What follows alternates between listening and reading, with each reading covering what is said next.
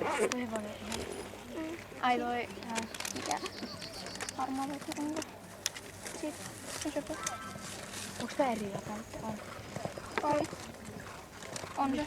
Hyvä idea, missä menee.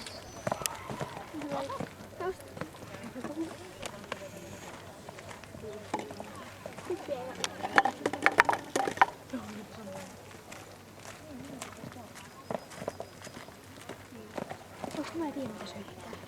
No kun sä näet, niin sä näet.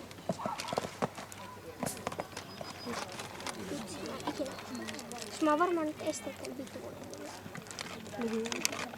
Metka. Noin metka 25. Niin mä oon metri 43. Noin jotain metka 5. Mä en voi vielä ottaa kyllä laatasta tuttua, koska mä en tiedä. Voi totta. Nyt tulee ihan arveleikkaan suunnilleen. Niin.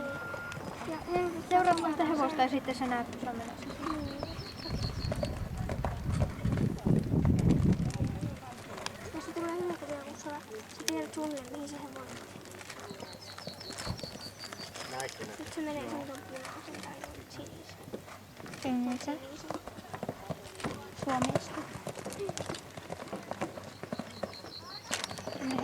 Ja kaikille tiedoksi, että tuolla Kanttiliteltan vieressä on tuo pohjoisen ratsun myyntipiste ja se on auki vielä tuon tämän luokan jälkeen seuraavan tauon ajan, eli sen luokan 10 alkuun saakka, eli kipin kapin kaikki ehtivät vielä sitten vähän ostoksille. Missä se niinku on? Ai mikä? Ai se.